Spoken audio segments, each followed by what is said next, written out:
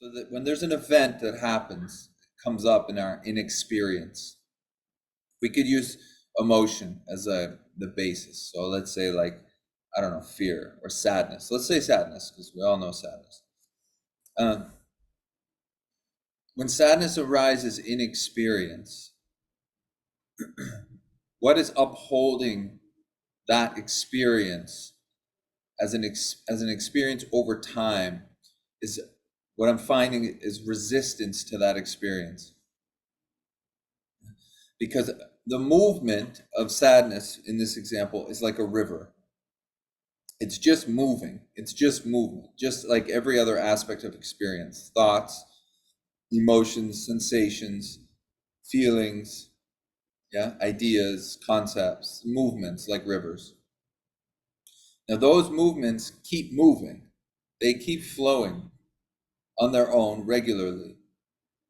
But then what causes tension is the resistance, is a posturing against this natural movement.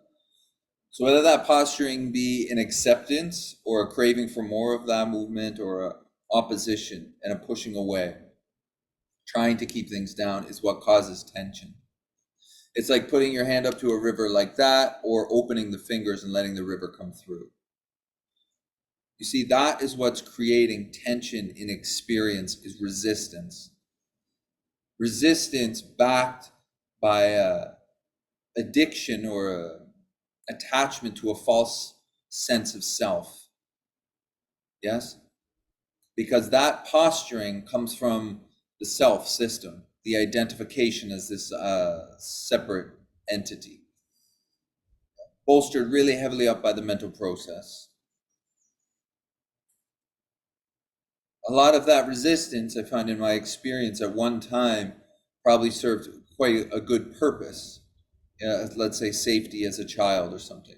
But as we move through life, that resistance gets reinforced by a deeper attachment to a sense of self, a more addictive tendency towards the mental process. So by avoiding or attaching, by going one of these ways, by trying to posture ourselves in some relationship with experience, it causes a tension because it enhances a duality, but it also reinforces this sense of being a separate entity, a character, J, let's say. Hmm. And it causes a lot of friction in our experience. It causes a lot of tension and discomfort in our experience. Vigilance, hypervigilance, yeah. Against ghosts, really.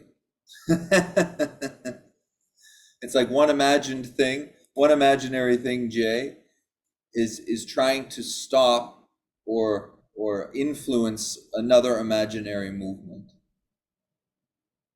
And it causes tension.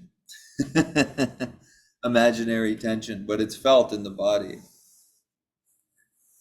why the body benefits so much by seeing what you're not. Because as soon as I resist an experience or I resist stimulus, I'm reifying the idea that I'm a resistor, that there is a thing called J which is different than and can oppose or crave certain aspects of my experience. That's what this message of non-duality looks to negate, is that I am not that sense of selfness which is resisting. If I see that I'm not that, there's no need to resist experience anymore. There's just movement of experience moving through awareness or beingness or whatever we want to call it, consciousness, yeah. There's a fluidity of experience which is unhindered by an attachment to an illusory thing called J, called self. Because there's nothing actually there. See? But if I start resisting and attaching, just reifying that I am that thing that can resist or attach. And by doing that, there's the friction of experience. So if I'm sitting down to meditate, then I'm reifying this idea that I am the meditator.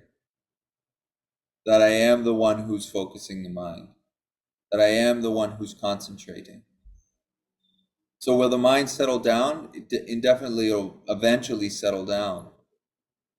But am I going to get space from the one that's resisting or craving? I'm not, because I'm reifying that I'm that. That's why I love just this seeing of what you're not. Seeing of what you're not. Because it opens the hand on resistance to experience, whether that be a perceived positive or negative, whatever, it doesn't matter.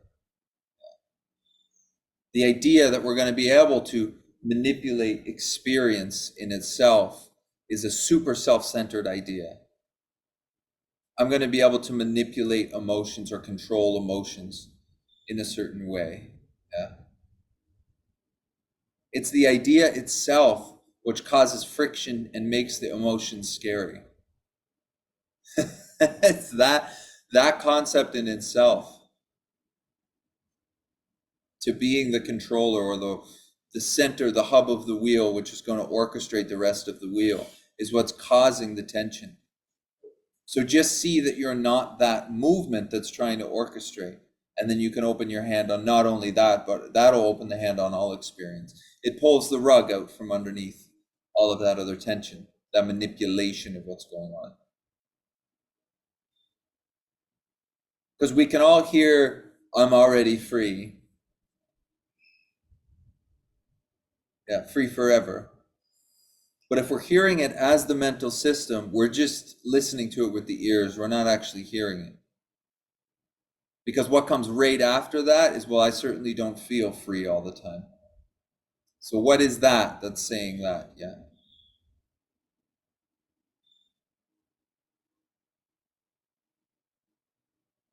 Because that, in an absolute sense, you are always free. We're all always free. But if there's resistance or attachment to that statement, yeah, it's what is it that's resisting or attaching? What is it that's trying to understand that statement? That is what's not free. So I can hear the message, I'm free. Yeah, but if what's not free is hearing the message, then all of a sudden freedom becomes shackled up in not freedom, yeah, because of what's hearing it. You're not that, which is trying to understand that message, trying to resist or live as that message.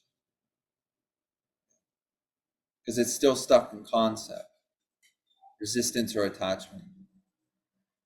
I just think it's important to see that a lot of the suffering that we experience is ultimately self-induced by resistance, by a hypervigilance. Sadness seems very overbearing. A lot of the time because we're trying to resist it. We're trying to manipulate it. It's the same thing with all the rest of experience. If I put down the resistance, the one resisting or the one attaching, then there's nothing to light the emotion on fire. It's just an emotion or a feeling. So if we get to the root of it, we pull the rug out from underneath that resistance. And then what happens. Thankfully, not to you.